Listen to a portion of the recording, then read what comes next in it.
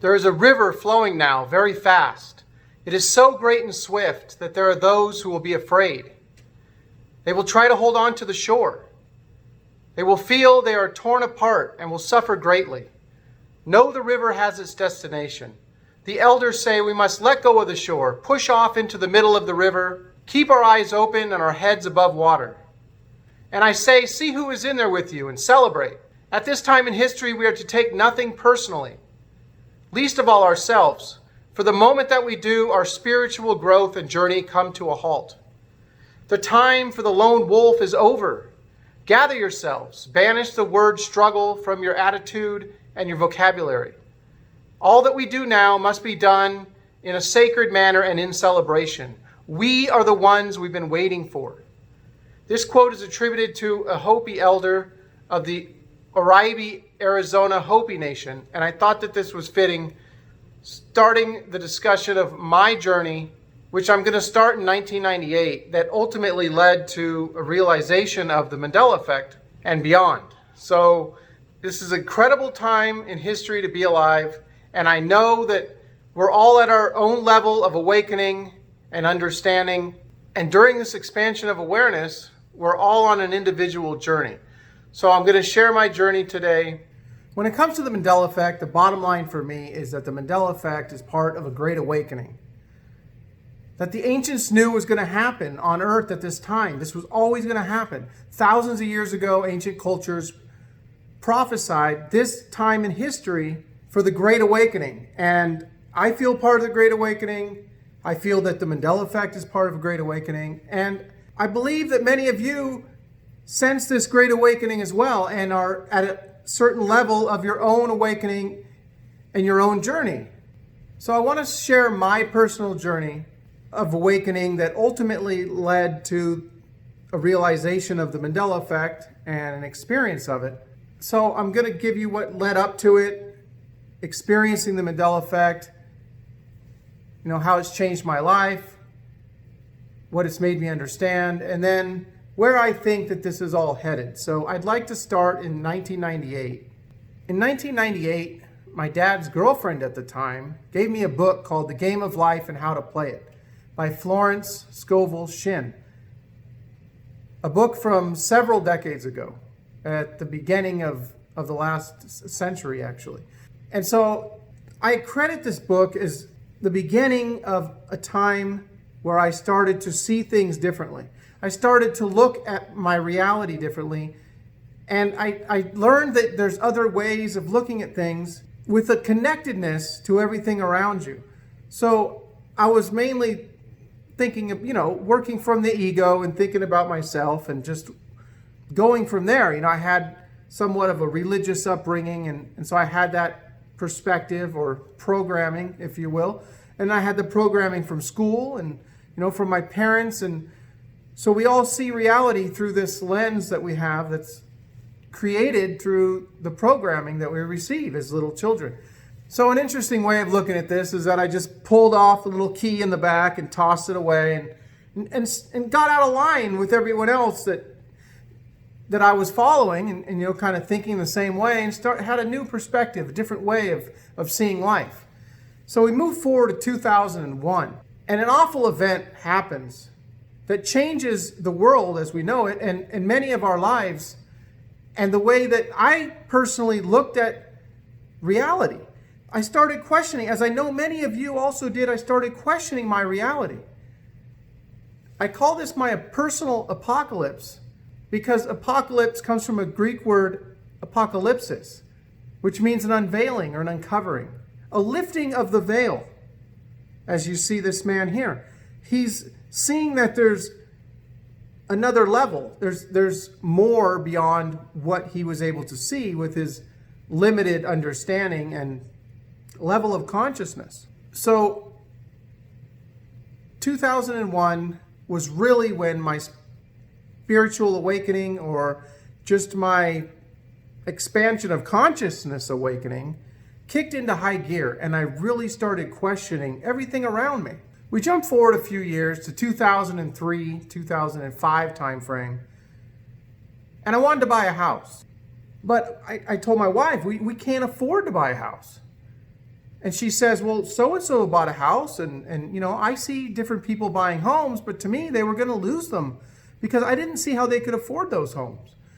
It didn't make sense. What I was seeing didn't make sense, but a lot of people that were involved in the housing market, they were going along with the greater fool theory. They were thinking that, well, there's going to be someone that'll purchase the house for me, and there'll probably be someone that'll purchase it from him. So it's just going to keep on going. It's just wonderful, great times. My yearning to understand the bubble in the housing market that we were in the United States led me to the following two books: The Coming Crash in the Housing Market and How to Profit from the Coming Real Estate Bust. I read the books. They made total sense. I told people about the books, but no one wanted to believe me. No one wanted to believe that that was what was coming. But it made total sense to me. And eventually, we know what happened and what led to the crash of 2008, the financial crash. But here, you have another expansion of consciousness, more awareness. This showed many people how things operate.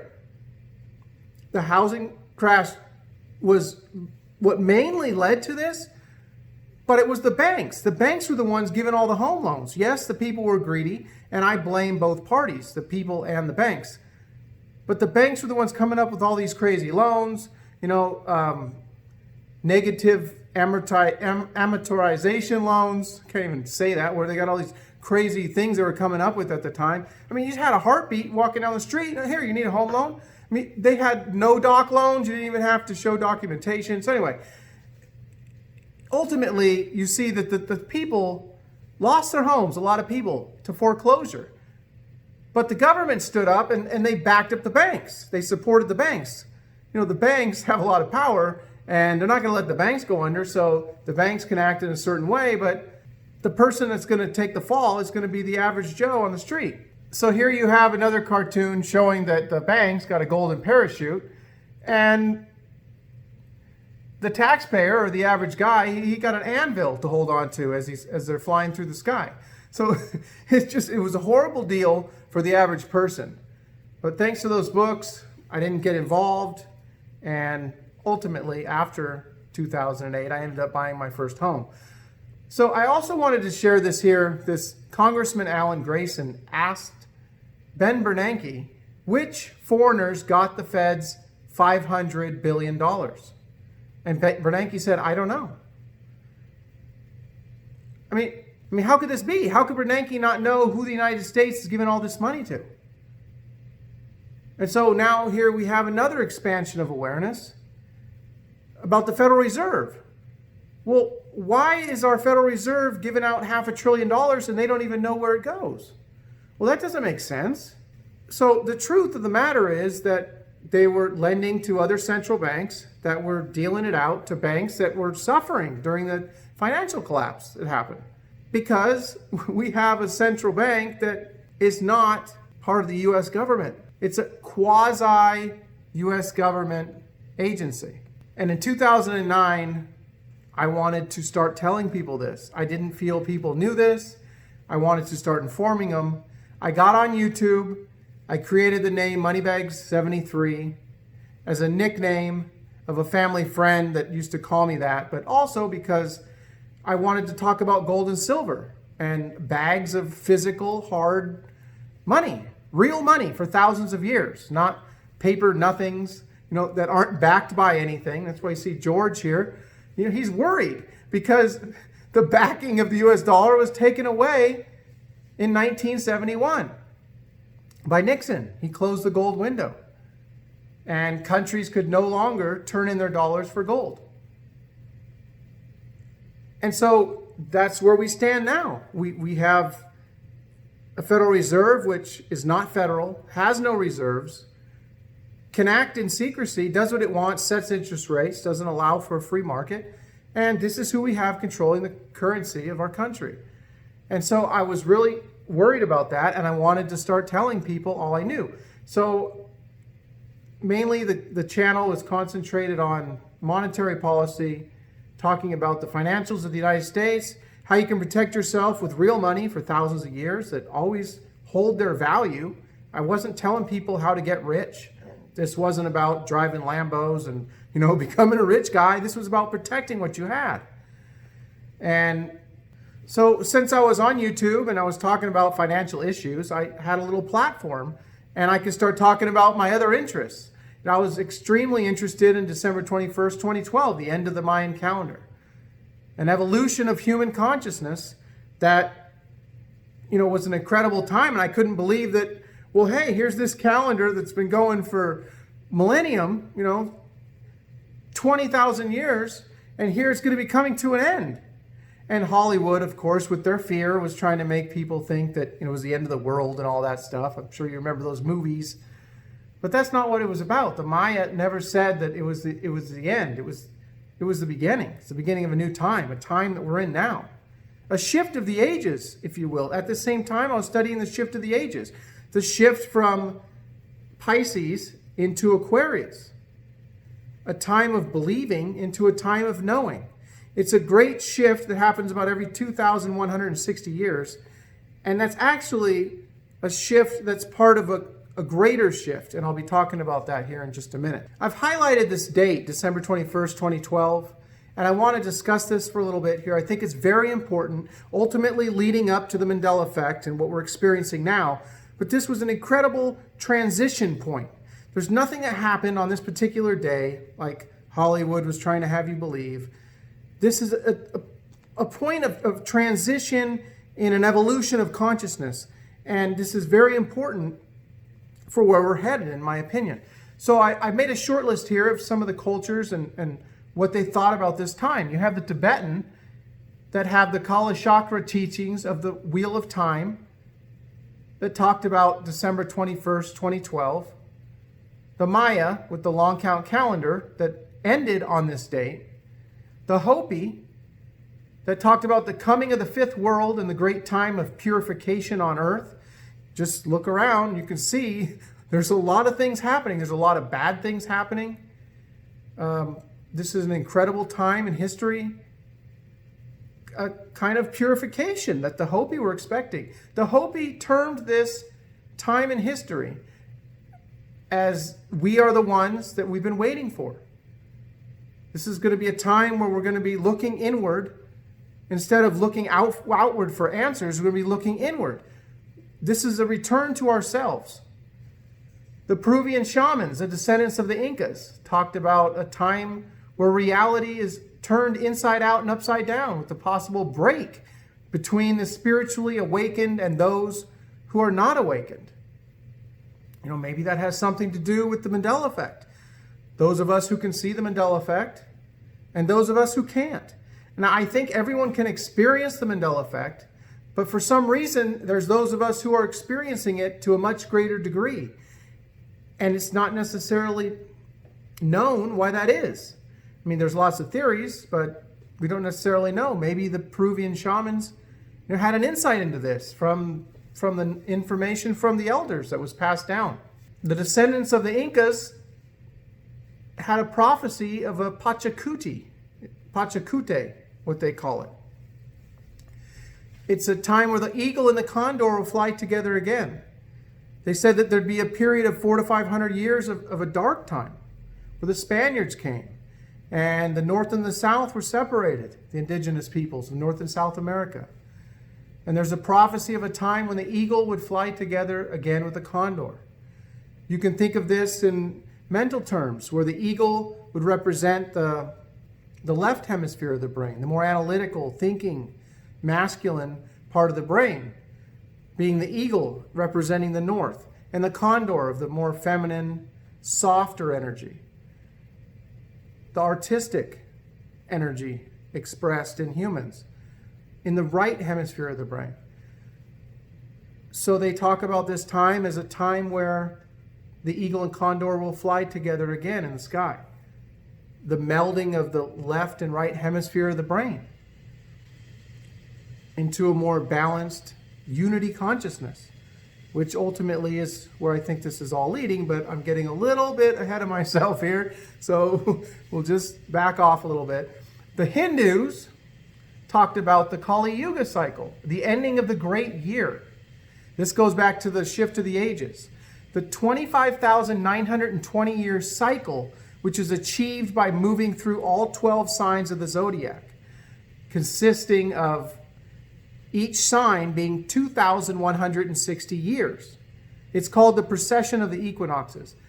Now, we're coming to the end of the age of Pisces. And mind you, the precession of the equinoxes goes backward through the zodiac. So if you're familiar with the zodiac and how you move forward, it goes backwards. So the time of the age of Pisces is ending. And that's part of this great shift. But the entire 25,920 year cycle, the great year is ending.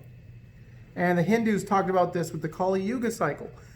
This is an incredible time in history to be alive, everyone. So you have these different ages, and I hear from people, you mention the word age, and it triggers a lot of people. They don't like to hear that. Oh, you're new age. You're talking new age stuff. And well, the shift of the ages is nothing new. So I'm sorry if that triggers you, but it's very important, needs to be talked about, and it's ancient. It's not new. So before the age of Pisces, we had the age of Aries, the ram, and you had the Jews blowing the ram horn. You had this 2,160 year period, and that went along with a certain level of consciousness and an understanding.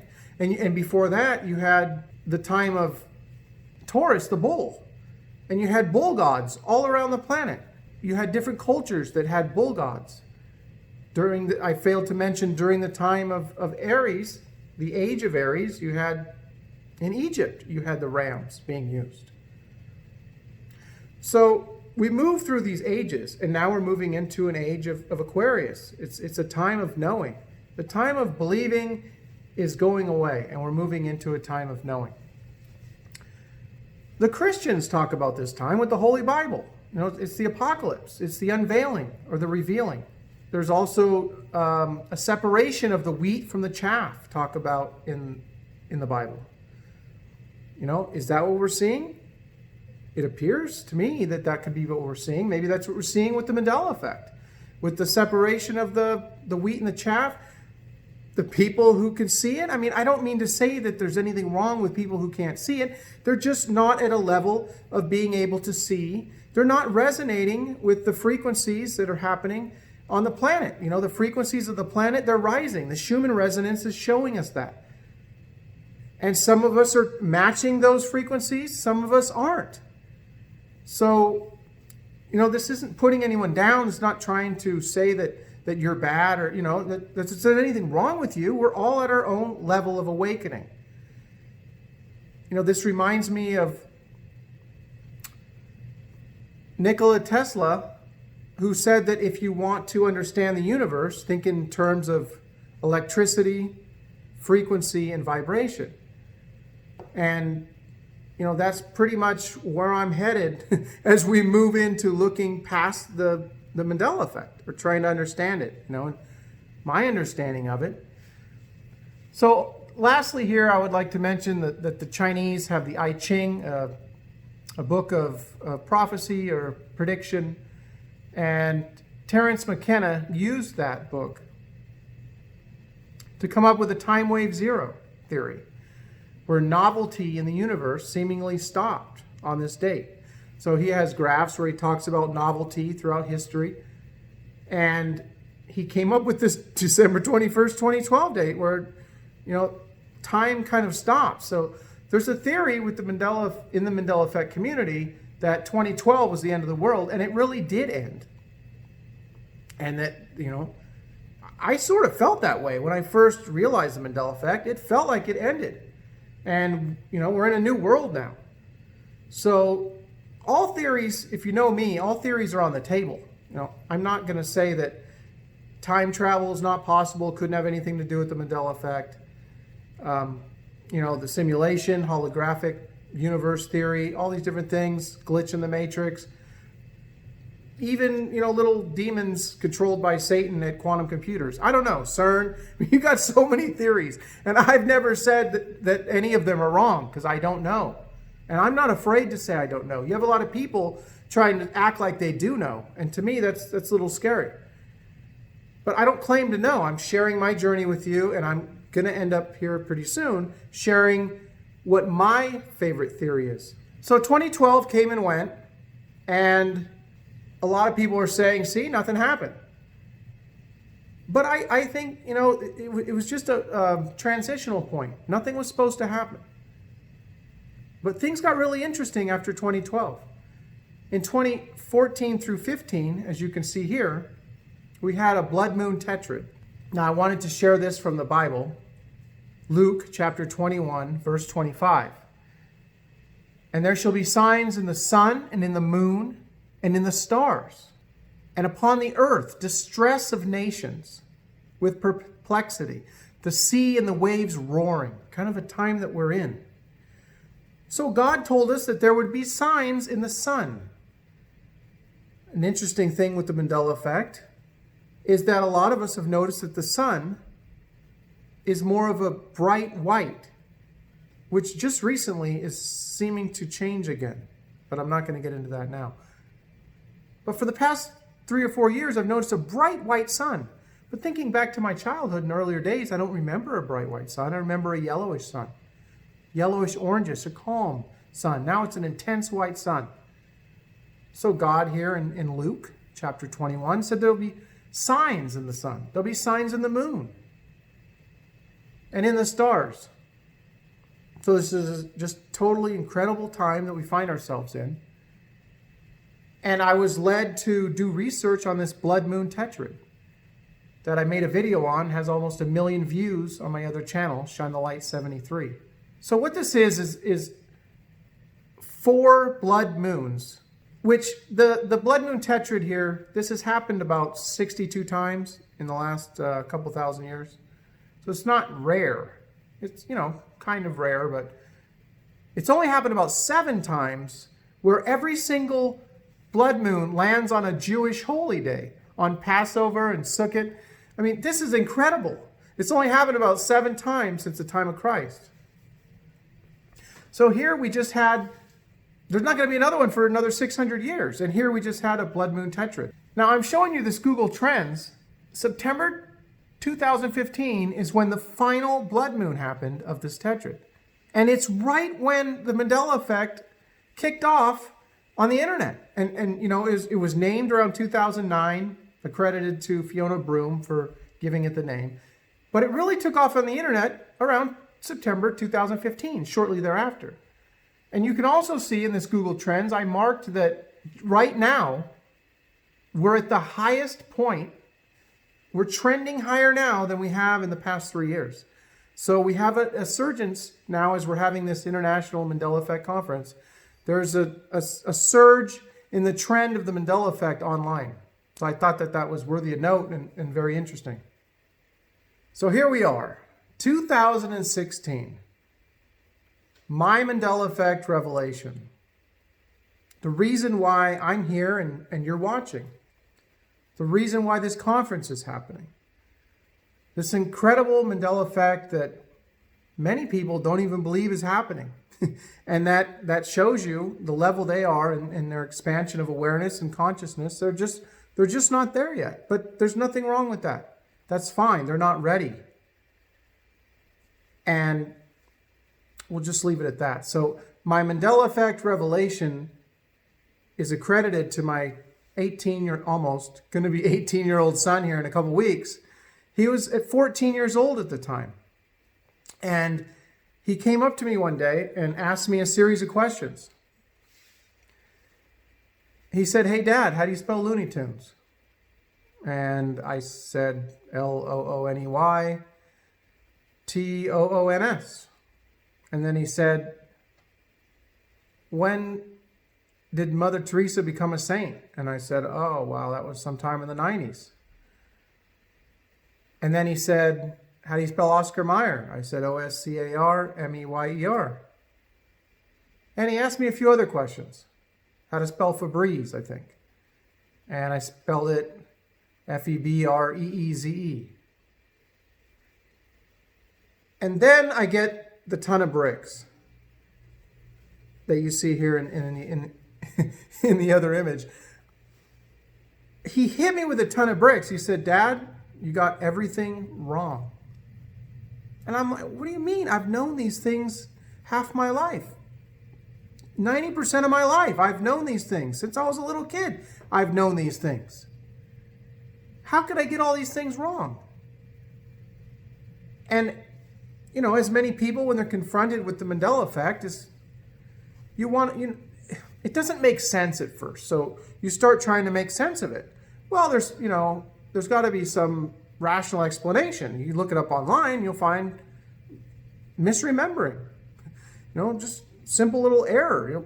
Memory's not good. The human brain's very fallible, and human memory is bad. We reconstruct our memories when we think of things, and so you can't depend on memory. And so that's what a lot of people were saying. That didn't make any sense to me, because when I got online, I found that there were all these other people experiencing the Mandela effect, and we all remembered the same exact things. So it made no sense to me that it was just some memory issue, that I was creating these memories, like Sinbad and being in a movie that he never made called Shazam. People was, you just confabulated that. What do you mean I confabulate? How could me and a million other people confabulate the same movie that a comedian Sinbad played in? That makes no sense. And then you have the people coming out of the woodwork, you're thinking of Shaquille O'Neal in his, I think, 1996 movie, Kazam, which sounds like Shazam. So how easy is that to make a mistake? Kazam, Shazam. But the problem with those people is that I have a clear anchor memory of remembering Shaquille O'Neal's movie when it came out, thinking to myself, well, what's Shaq doing? He's copying Sinbad. He just did a genie movie a couple of years ago. I have a very clear memory. I would have no reason to have that memory unless you think that I confabulated the movie back around 94 when all these other people confabulated them. It just makes no sense, okay? And we'll move along. I don't need to try and prove the Mandela effect. Most of you watching this video know that it's a real thing. It's just frustrating. So let's get into this. I made my first Mandela effect video in March of 2016. I believe it has about 622,000 views. And shortly thereafter, I realized what I had to do. I had to stop going down the financial rabbit hole trying to expose the Federal Reserve. It's kind of a dark rabbit hole, and I was happy eventually that the Mandela effect came along and saved me from what I was doing. I look at the Mandela effect as a personal savior. I switched the channel. I left the banner the same. I left it all the same as a testament to how incredible the Mandela effect was for me. So first on my list here is switching my channel. It became apparent to me that I was going to have to switch my channel to talking about the Mandela effect because I was so mind blown. I was hit with a ton of bricks, and it would change my life forever. I was so mind blown, I couldn't imagine not making videos on this. And once I started researching it online, I realized that I was no longer going to be doing financial videos.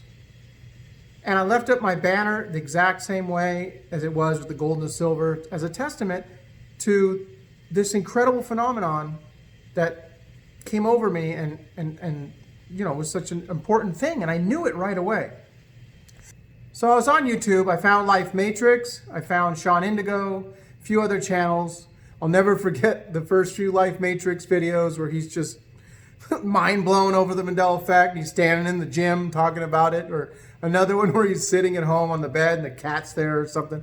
I mean, I'll never forget that because that point in my life is such a remarkable point, the awakening to the Mandela effect. I know many of you have your own stories. It's just an incredible time when you're hit with the Mandela effect. There's so many people that still have never even heard of it.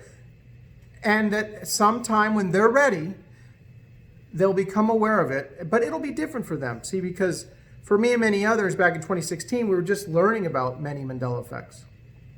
And we learned about them together in a community that we formed online. Now, if you know hundreds of Mandela effects, you have a responsibility. You have to be careful. You can't just throw 100 things at somebody.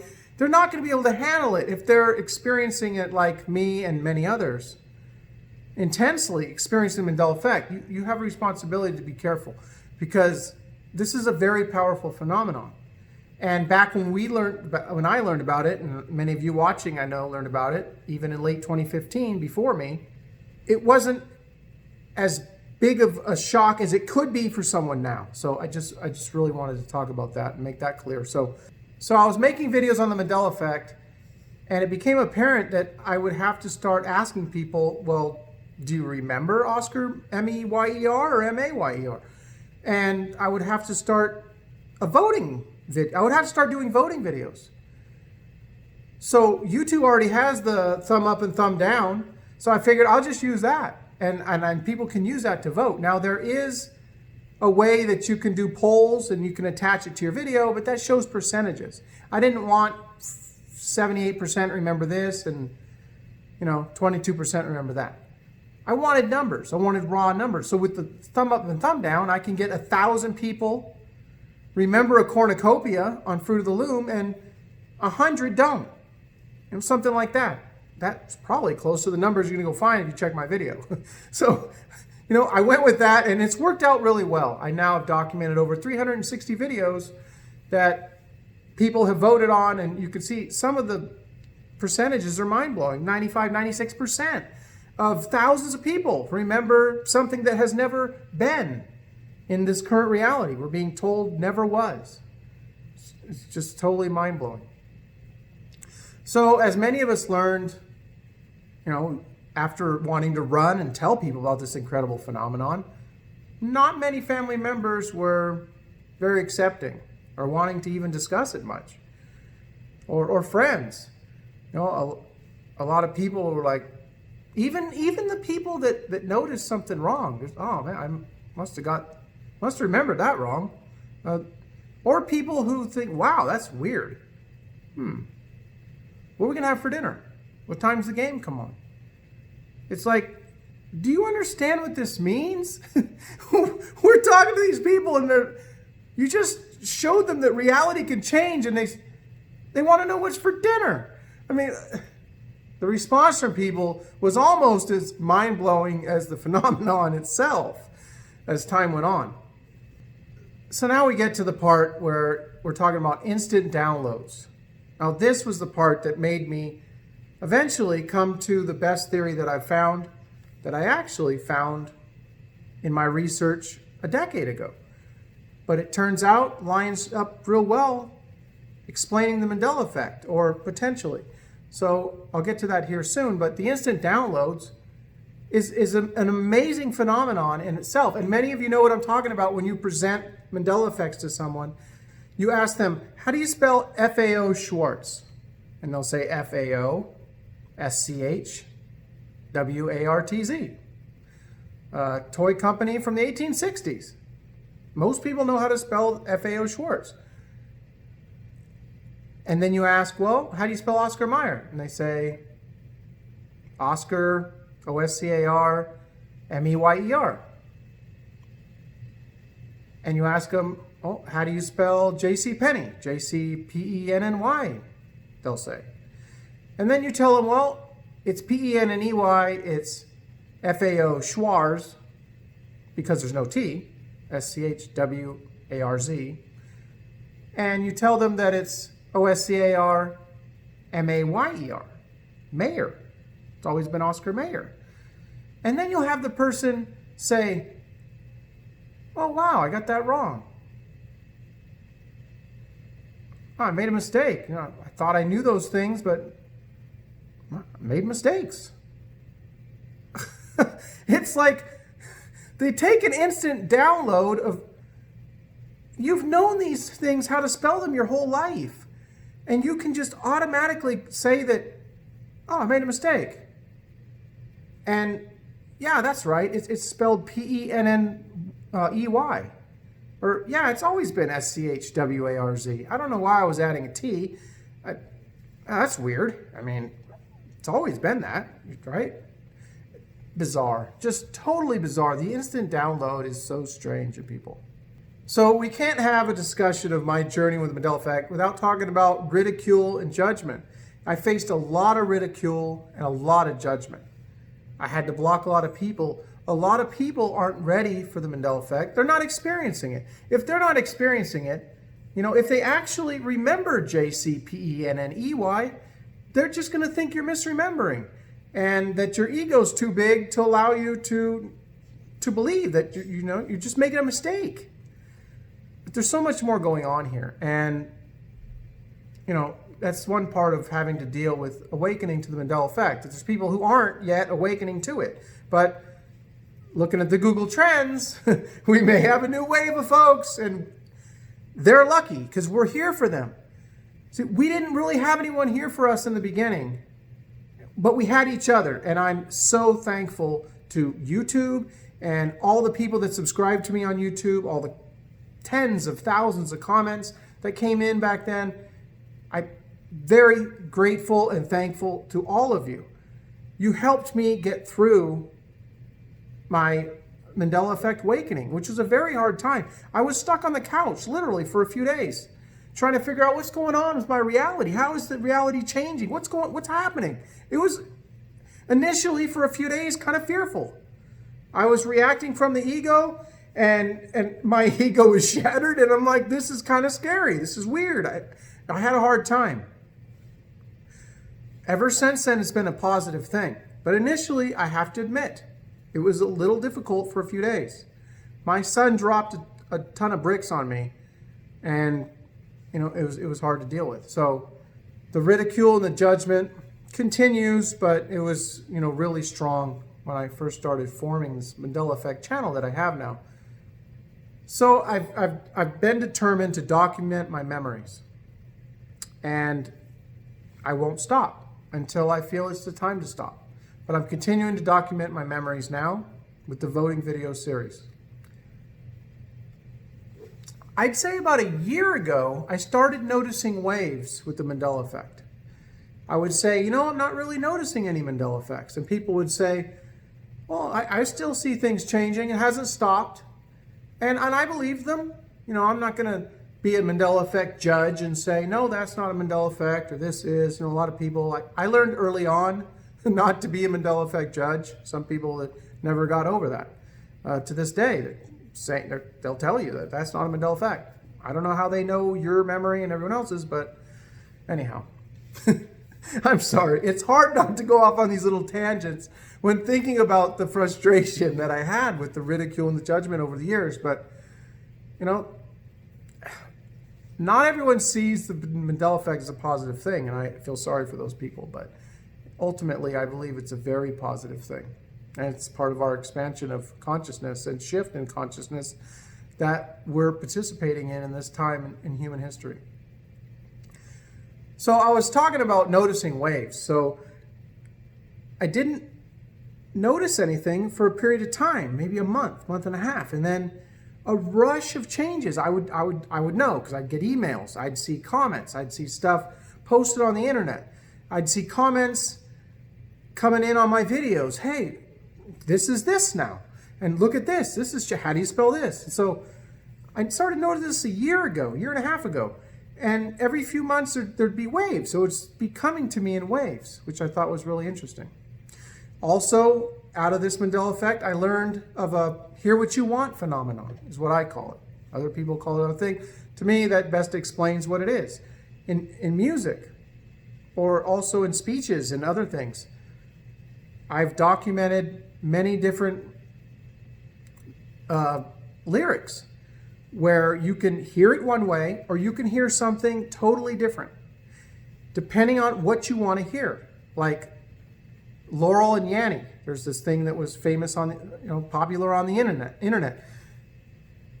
There's a sound, and it's actually saying Laurel, I believe, from a dictionary.com type site. But people are hearing Yanny. And so I guess it was found out that they're like, what's that Yanny I hear? And they're like, Yanny, it's Laurel. And so we're hearing different things. I think we've always been hearing different things. And we're just now coming into awareness and an expanded consciousness at a level where we can hear different things. I have lots of examples. There's some mind-blowing examples where you can totally hear different things. It's not, like I said, it's not misheard lyrics. There's an example from Sesame Street where Grover is looking at someone's cell phone and he says to them, well, that's an excellent idea. But if you think to yourself, that's an effing excellent idea or something like that, you can very clearly hear him use the F word. And then you can hear him say excellent. And you can shift it back and forth. And there are many examples of this. So the hear what you want phenomenon, I learned because I was making Mandela effect videos. I made one on Journey. And people were saying, well, that's not what they're saying. They're saying this. You need to get your ears checked. And then I had comments saying, no, I hear what you hear. And then I had people saying, well, if I want to hear his, I can hear his. Or if I want to hear her, I can hear her. I can play it over and over again. I can hear his, her, back and forth. Somehow, we're able to shift these things. And I believe this is just going to continue to grow and expand. And to me, it's part of creating the reality that you want. That's what I say at the end of every video I make on YouTube. And that's the main thing that I've learned from the Mandela effect, that we're actually creating our reality. We're not just reacting to what's happening around us. We are creators. We're not unconscious reactors or observers. We're powerful creators, and that's why the Incas said this is the time of meeting ourselves again. That's why the Hopi said that we're the ones we're waiting for. We're powerful creators, and to me, the Mandela effect reinforced that. I also wanted to mention that my own name became a Mandela effect, Moneybags 73. It was maybe 2.5 years ago, maybe even 3 now at this point, when I started having people say, did you change your name from Moneybags 76? And I thought it was kind of odd after about 10 people asked me. I'm like, why are all these people thinking I changed my name? It's been Moneybags 73 since 2009. So after, it must have been 20 people or so asked me, did you change your name from Moneybags 76? This was over several months, mind you. I decided, okay, I'm going to make a video. I'm going to do a voting video. Thumb up, thumb down. Do you remember me as Moneybags 76 or Moneybags 73? I was mind blown by the fact that if you go look now, I think there's still more thumb down or whatever I said for 76. There's more people voted for 76 than 73. I couldn't believe it. So it's really odd, very, very odd. And to this day, I have people say, back when all these things were changing, I was searching up Moneybags 76. Let's see what he put on today. Let's see what he's come up with lately, what changes he's been talking about. So I don't know, very crazy. So before we move on to where I think things may be headed and what I kind of think is going on, I'd like to mention that in November of 2019, I was searching up videos on YouTube having to do with the Mandela effect that were new for the day, like I do almost every day for 4 years in my continued research of this incredible phenomenon. And I found a show entitled Art Bell Archive Live Show. And the host of the show, AJ, was talking about the Mandela effect. And he was playing some clips of Art Bell from back in 2000, where he was mentioning that Mandela had died in prison. And he was interviewing, I don't know, well, part of it was him interviewing Cynthia Sue Larson, who I had been on a live panel with back around 2017 on Dr. Taryn Lupo's channel. So I reached out to the host, AJ, and I said, well, I know Cynthia. I'm in communication with her, and, we're discussing the Mandela effect. And I was a fan of Art Bell and, listened to the show. Didn't know that whole thing with him talking about Mandela was a thing. And so I reached out and I told him that, I had the voting video series. I'm engulfed in the Mandela effect. And move forward so many months, I'm now co-host of a monthly Mandela Effect show. So that has come, a wonderful thing that's come out of the Mandela Effect. And I really liked the style of the radio show that AJ had. I enjoyed, he was extremely Mandela affected. So I enjoyed presenting him different changes. And, we have shows where it totally blowing his mind. And it made for a great combination between someone who didn't know about the Mandela effect very much and someone who knew quite a bit about it coming together, and I think we made some incredible shows together.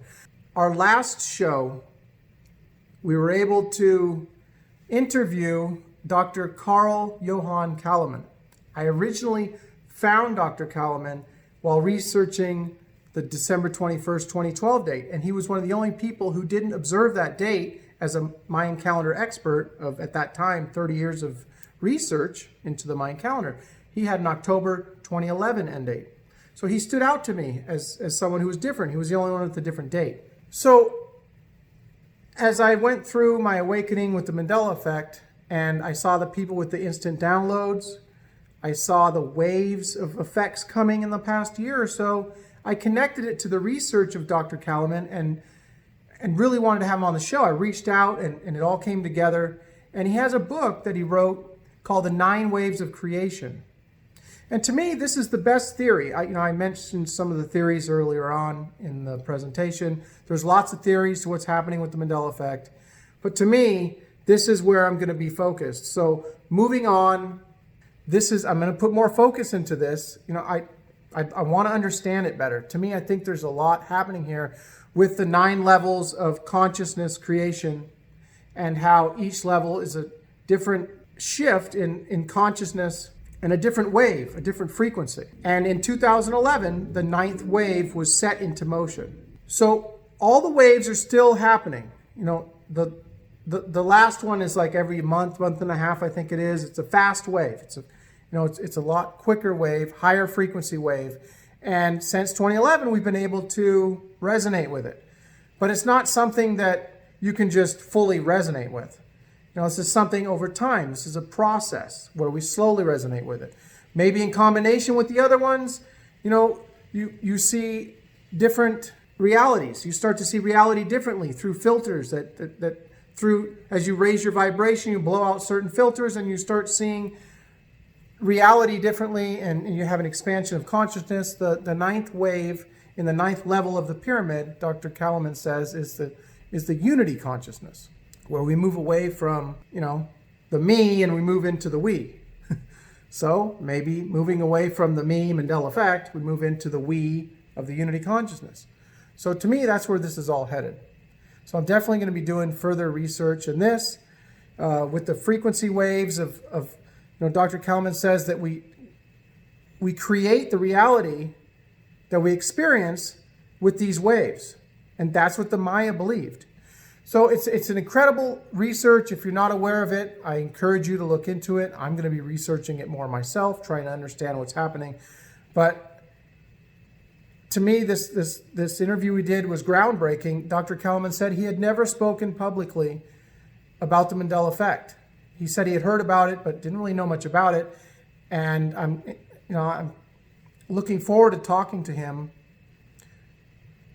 more about this in the future and what he's come up with now that he knows more about the Mandela effect.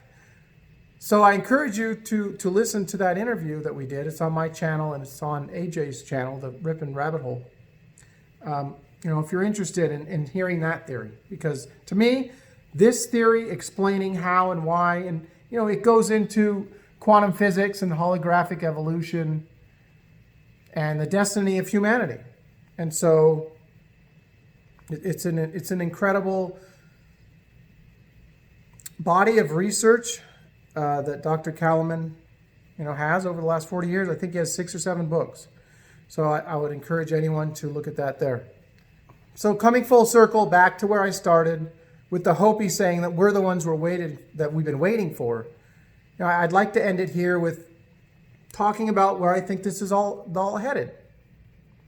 I think we're at a time in human history where we all need to make a choice. I briefly wanted to mention Dolores Cannon and her work with the New Earth. If we're resonating at a higher frequency, we're moving into these higher self decisions. We're choosing it. Dr. Kalman says that you have to want to resonate with the unity consciousness of the 9th wave of the Mayan pyramid. You have to seek that. It's not just an automatic thing.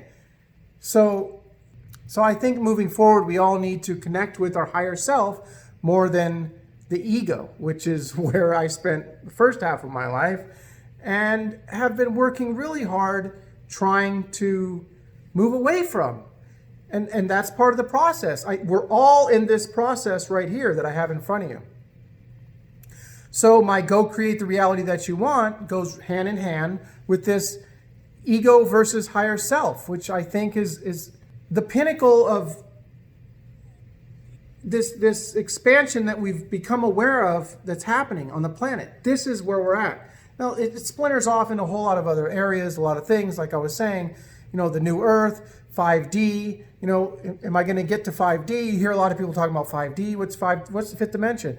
Well, it's not a place you're going to go to. You're not just going to jump to the fifth dimension. It's an expanded awareness and consciousness that you're experiencing here. It's more the higher self, connecting with the higher self. You are seeing more of the fifth dimension rather than just the low density, physical, heavy, dense third dimension that we're a part of. But with this awakening and our spiritual awakening, we can, in our expanded consciousness, we can connect to this higher self more.